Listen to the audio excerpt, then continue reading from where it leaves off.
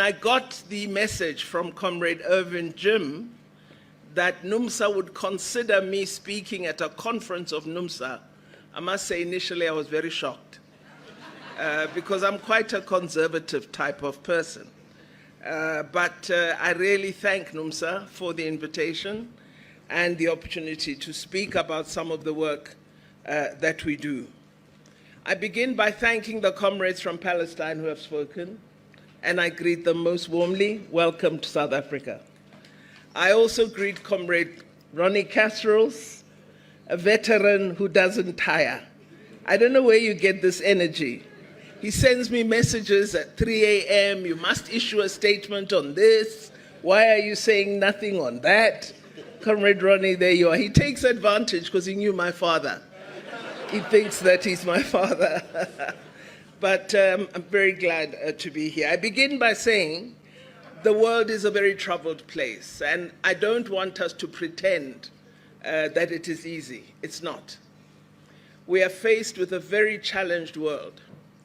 I realized this when in 2021 I was sitting in a summit of the Executive Council of the African Union, and it was whispered to me that the African Union Commission chairperson had issued an invitation to Israel to become an observer at the African Union. Imagine my horror. I decided at that moment that I would raise my arm and would propose that this decision be rescinded. I walked around the room seeking supporters. Of the 54 nations, I got 3. And I include SADC in that. But I said, nevertheless, this is not going to happen. I therefore lifted my arm and said, I wish to table a matter.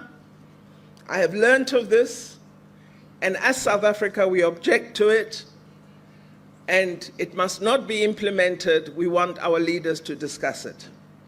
And we will never accept it as South Africa, and while we appreciate the role that the Organization of African Unity played in us achieving our freedom as South Africa, this decision of the AU Commission chairperson will make us consider whether we can be present in the African Union.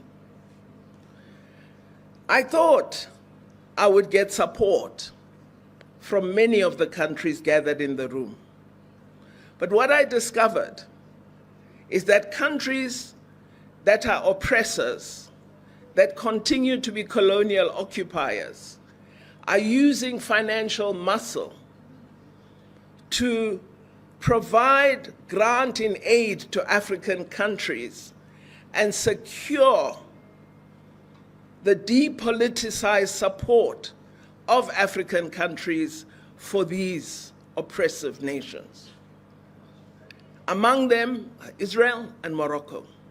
They're playing a very negative role in Africa. And comrades, I'm being frank here because you in this room, you are supposed to be trade union leaders, many of you, or you lead progressive organizations, and you are failing in your duty to convince governments in Africa and all other countries of the South that they cannot tolerate such situations. It can't be left to us as members of government to be the ones that take up these issues with no word from progressive organizations. This is intolerable and cannot continue. So I'm hoping out of this conference that you are going to decide, rise up, rise up, rise up. Don't say, what's Comrade Naledi doing? That decision on Israel hasn't been implemented, and it won't be while I'm still there. But what are you going to do? You should be talking to all progressive unions worldwide. The unions in the United States of America, weak or strong, should be making it clear to President Biden they don't appreciate his statement, which has led to the slaughter we are seeing today. The union movement in the United Kingdom should be doing the same. If we know our work. I have no idea what has happened to our organizational capability. Because as South African leadership, our trade union movement was able to marshal under the worst oppressive chains. We were able to marshal international solidarity of a kind that has not been seen since the struggle against apartheid. Where have all these progressive leaders gone and why? Why are we not able to organize? Why are we only sitting in a room as 300? There should be 3,000 here. There's something wrong, and that's why I'm saying we're in a troubled world. And we need to recognize that the world has shifted. Because what has happened is, in a determined fashion, progressive values and principles have been hacked and hacked and hacked, and it is now difficult to find a voice of the left. And we need to revive. We need to organize. We need to be smart. We need to be strategic. And one thing I've realized is making good speeches does not assist. I may feel good that I had the right rhetoric at that platform, but if the next day my rhetoric has not led to action, my speech was useless. So I hope out of this, NUMSA is going to lead a process where Comrade Irvin Jim and Comrade Chirwa will meet with their counterparts in all unions, whatever they are, and say, as South African trade union movement, let us lead. Let us lead. Let us agree for 1 month. None of our unions are going to lift any Israeli goods out of any transport. Just one thing. And let us see whether our leadership has convening power or not. This week coming, a number of proposed resolutions are going to come before the United Nations. We must keep our eye on that process. We must ensure it's the right kind of resolutions. Today, the people of Palestine are in need of help.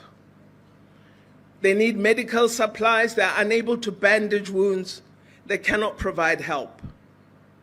Médecins Sans Frontières is doing a good job. They're absolutely there, but they are also being decimated. What are we going to do about that? Let's ask every South African. There are 62 million of us, they say. All of us must donate one thing: food or medical goods. And let us persuade an airline to take them all to the Egyptian border with Palestine and deliver those goods. Let's do something, comrades. Let's stop talking, because the world is in a terrible place, and all it needs are a few good men and women, are organizers, strategists. And not to organize because you're NUMSA only, but to organize everybody.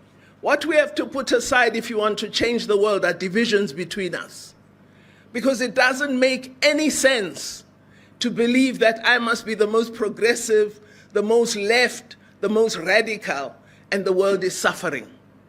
The most progressive thing is to unite and get action. And that's what I hope you're going to begin to do. So anyway, on my story, on the presence of Israel as an observer in the African Union, I have managed to pause it for now with the support of my president, but it's not off the table in the AU. So again, I'm asking you, pay attention. Having said that, because I prepared very hard, I'm going to present my speech.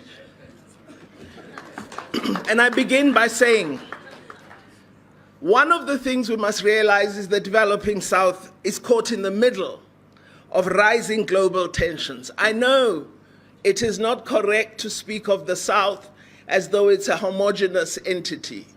But from my experience, I can say to you, it is the region that most hopefully has the basis and foundation for the kind of radical shift we need. So I look to countries of the South, not the North. And I think it's important that we do that. What we are seeing in the world is an increasing pushback against the forces that seek to promote collective action, international solidarity, and global cooperation. We see the re-emergence of tendencies toward right-wing nationalism, unilateralism, and populism as an ongoing trend. Comrades, another assignment, engage the media. Why is it all right for a Palestinian journalist to be murdered, but it's not okay for a journalist from Canada to be murdered? What kind of value system is that? We've been silent about Shireen Abu Akleh. She was murdered before our eyes. The media today, since the period of the embeddedness of Iraq, totally without objectivity, except Al Jazeera. That's the only one. The rest, I'm sorry. But you need to be active proponents of an objective media that informs, that is balanced, and that tells the truth. Not a media that lies and tells you a quarter of the story. So we've got to address all these things. What we see in the globe today is widening inequality. And we know that the economy of the globe continues to deliver inequitable and unjust outcomes. Developed countries have selectively opted out of the observance of international law, while they continue to insist that rules must be implemented by developing countries, even at the cost of providing services to their people. Just last year, Ghana was facing an incredible financial meltdown. They approached the IMF.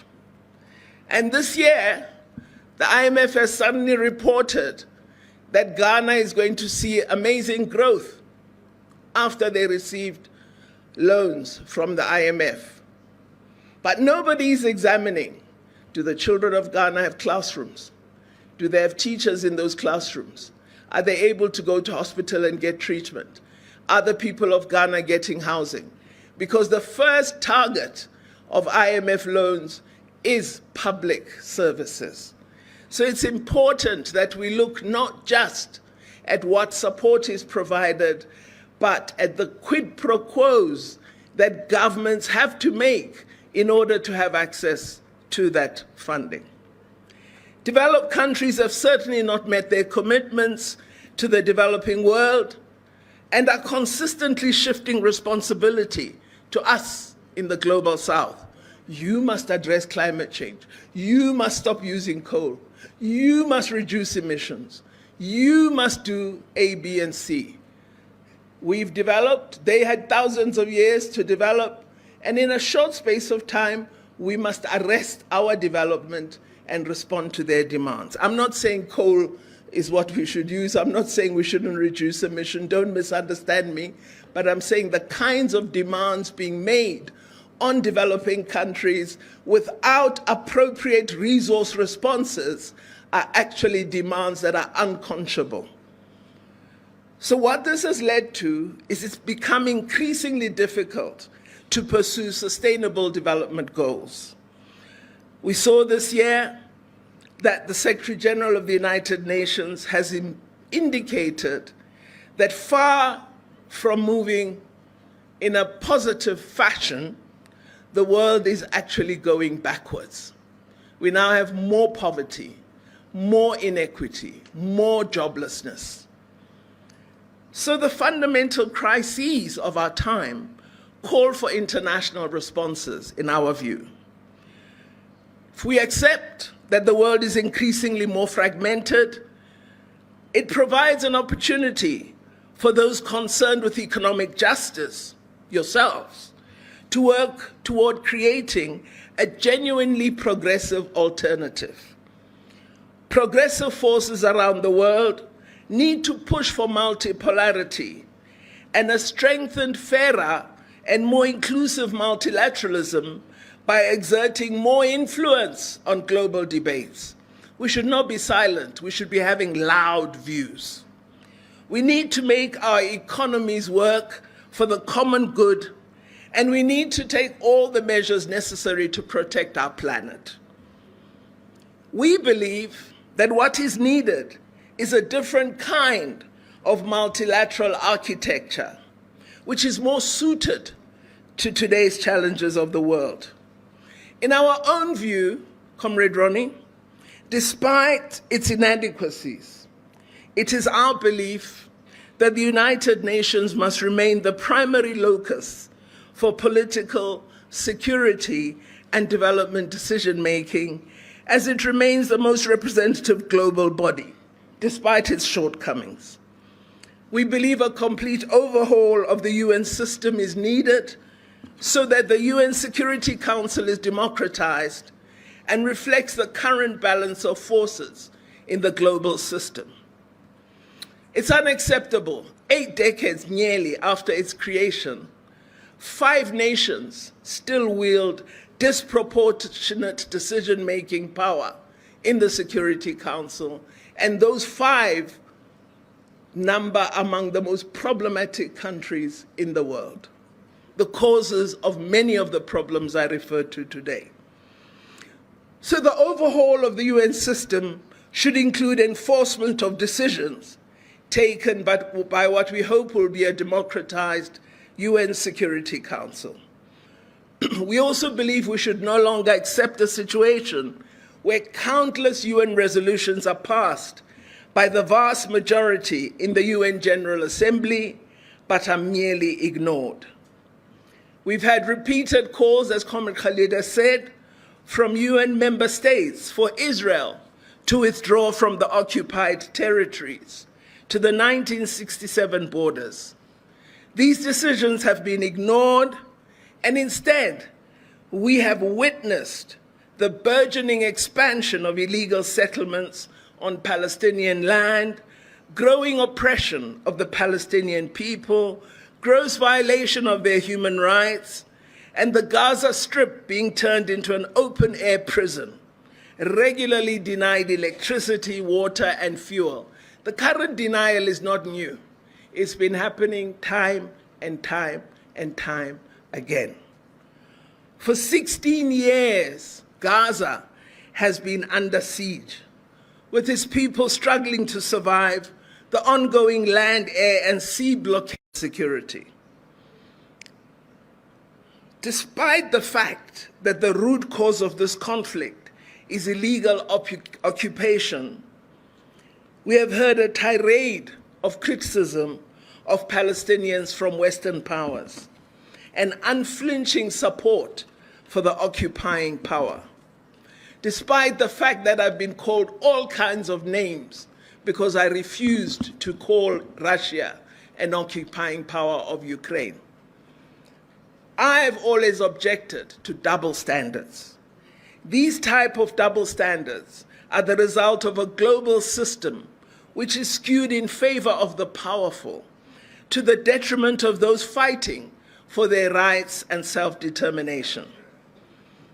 I repeat, it is imperative that social movements raise their voices in solidarity with the Palestinian people, particularly given the notably biased media coverage of the current violence.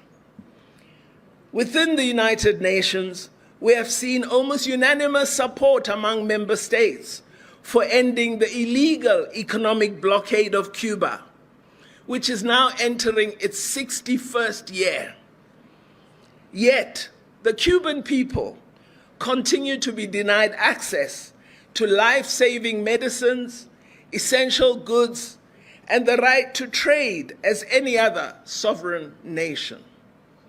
These are injustices that once more need to be taken up by the Global South and progressive forces worldwide to create a groundswell of popular support for the Cuban people as well as the people of Palestine and all oppressed people all over the world. In South Africa, as the South African Department of International Relations and Cooperation, we wanted to provide support to the people of Cuba after they sent an appeal to us. When our opposition parties got hold of our intention, they, through an organization called AfriForum, took us to court. And the court ruled that I must use that money for poor people in South Africa and not provide anything to the people of Cuba. Of course, I'm appealing that decision, but here's my troubling point. The progressive forces of South Africa have never spoken up in support of my fight in court. And AfriForum is decimating all the progressive gains we have made in South Africa, including affirmative action, and we are allowing it to happen while we live. We are also articulating calls that we should overhaul the current global financial and trade architecture, and much of the world is joining us in this call. We believe we need a fundamental reset of the Bretton Woods institutions, including the IMF, the World Bank, and the World Trade Organization. Multilateral development finance institutions need to be redesigned to respond to the challenges we are confronted with and to assist countries to meet the Sustainable Development Goals. They must help us respond effectively to public health emergencies and to mitigate climate change.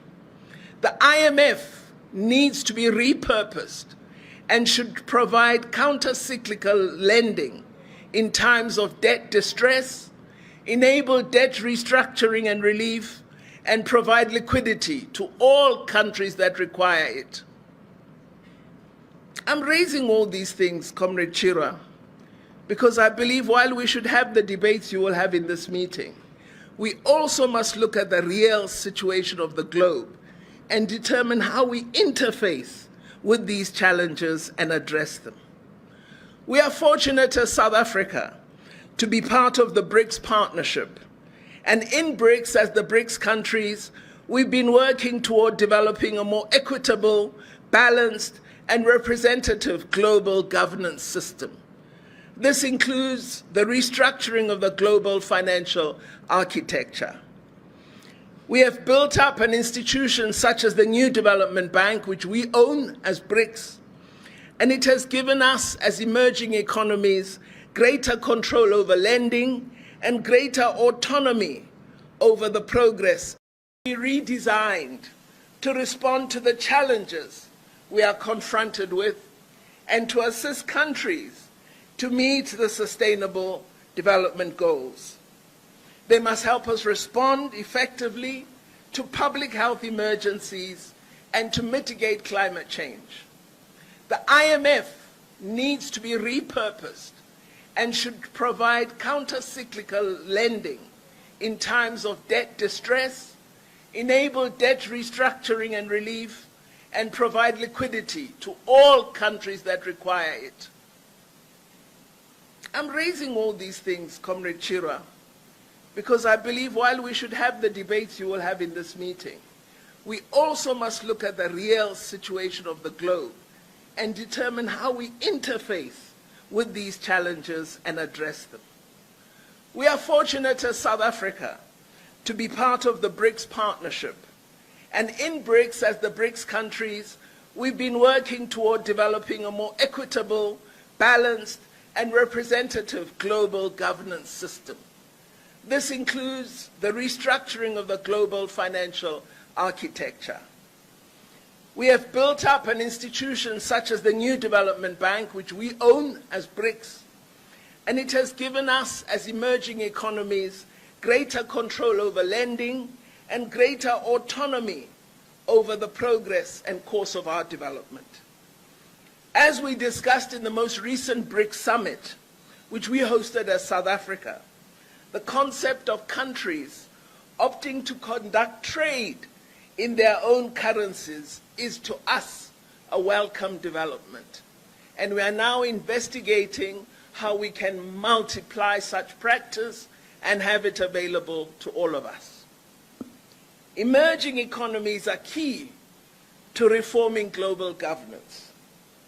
The fact that we've had emerging economies holding the G20 presidency for the last 4 years is an opportunity that we should not waste as countries of the South. Indonesia held the presidency last year and brought back development issues into G20. India held it this year and sustained that focus. Brazil is assuming the G20 chair next year, and we must ensure it holds the ground. And in 2025, South Africa will be chair of G20. And again, we must strengthen the progressive ground. With leading countries of the global South able to set the world agenda, this is an opportunity for all of us to push for real change. Let's not waste it. The demands that were made over 50 years ago by the global South when it met as NAM, that we should overhaul the rules of international trade, reform the international financial system, and recognize the sovereignty of each state over its natural resources. All of these, articulated over 50 years ago, are gaining momentum today. The Global South is calling for cancellation of historical debt. There must be content to our progressive agenda. Content. The issuance of new IMF special drawing rights is something South Africa has been insisting upon. The expansion of concessional development financing and technology transfer. All of these are based on the concept of the right to development, which many of us have forgotten. Ironically, all of these principles form part of a declaration that the UN adopted in 1974. But this was largely disregarded by multilateral bodies that instead imposed neoliberal policies on developing countries to ensure they implement extreme trade liberalization to their people's cost. Today, developing countries, which include the Africa Group, India, and Cuba, have tabled a proposal on the reform of the WTO, a proposal called Strengthening the WTO to Promote Development and Inclusivity. The proposal cites World Bank data to show that the gap in per capita GDP between the developed and developing world has widened since WTO was created, and calling for special and differential treatment to be upheld in future agreements. The proposal calls for respect for the right of countries to adopt different economic models and supports diversification and development. We also require multilateral security arrangements. We need to reject military alliances that divide the world into blocs, but do not offer answers to the challenges we confront. We are seeing now the weaponization of the ocean, Indo-Pacific Alliance, and so on. All of this is meant to take unipolar control of the oceans and deny us the right to peace and development which the oceans offer the world. What we need today, more than ever before, and that's why this conference is to me vitally important, we need international solidarity. There's an urgent need for this in responding to the crises confronting us. During our struggle in South Africa, the principle of international solidarity was one of the key pillars of our struggle. It was through this pillar that civil society, political parties, academia, and other sectors all over the world were mobilized to isolate the apartheid regime. This pillar of international solidarity made an immense contribution to our victory against apartheid, to the extent that some analysts have even tried to elevate it above other very important pillars, such as the underground, the armed struggle, which Comrade has referred to, and the mass struggle, which we must never forget. These four pillars of the struggle complemented and reinforced each other to deliver the death of the apartheid regime. So again, we need to revive international solidarity as a pillar. We need to revive underground as a pillar. We need to revive armed struggle as a pillar. And we need to ensure mass struggle as a pillar. The international struggle against apartheid embodied humanity's struggle against discrimination and social exclusion. Our post-apartheid South Africa has attempted to continue this tradition of active internationalism on the continent and globally. We've tried to play our part in the renewal of Africa, promoting South-South cooperation, engaging countries of the North in the interest of Africa, and striving for the transformation of the global system of governance. We know we benefited, and we are trying to use our benefit in the interest of others. We believe that today internationalism is going to be decisive in crystallizing new forms of organizing political forces for meaningful transformation. But as I said earlier, we need a strategic approach to the search for a better international order, one that is equitable, just, humane, inclusive, and democratic.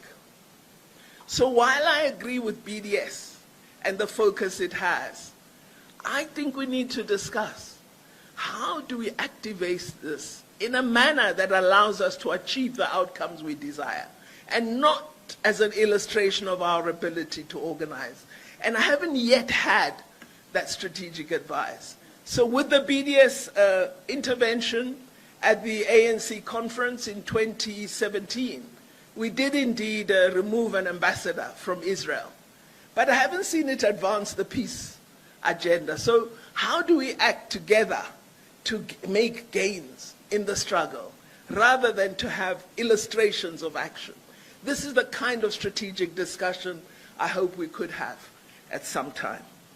I believe we need to continue as South Africa to contribute to the building of a global progressive movement for a better Africa and a better world. People need to be shaken out of complacency and distraction. Progressive forces of the left need to step in, need to provide hope and vision, and offer up concrete pathways to political action. Across the global South, the progressive community has begun to rally. We look forward to the expansion of brave, united, vibrant social movements. As the great revolutionary leader of Cuba, President Fidel Castro, said, we need to unite today to build the tomorrow we yearn for, to vindicate the always excluded, and to rescue faith in humanity.